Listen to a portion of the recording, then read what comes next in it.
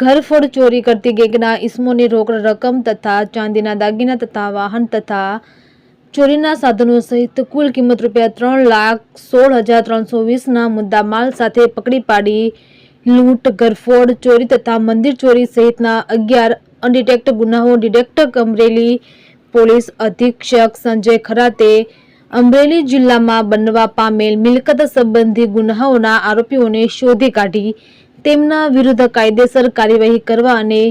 વણશોધાયેલ ગુનાઓ ડિટેક્ટ કરવા અમરેલી એલસીબી ટીમને જરૂરી માર્ગદર્શન આપવામાં આવેલ. Amreli LCB police inspector VM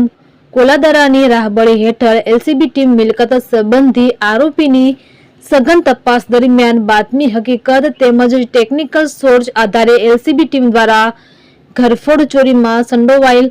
8 શકમંદ ઇસમોને પકડી પાડી તેની સઘન પૂછપરછ કરતા અમરેલી જિલ્લામાં અલગ અલગ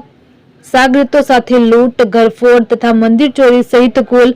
11 ગુનાઓની કબૂલાત આપતા પકડાયેલ આરોપી પાસેથી ચોરીના ઉપયોગમાં લીધેલ વાહન, સાધનો તથા રોકડ રકમ તેમજ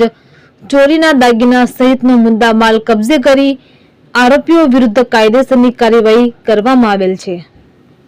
રિપોર્ટર મૌલિક દોશી, અમરેલી.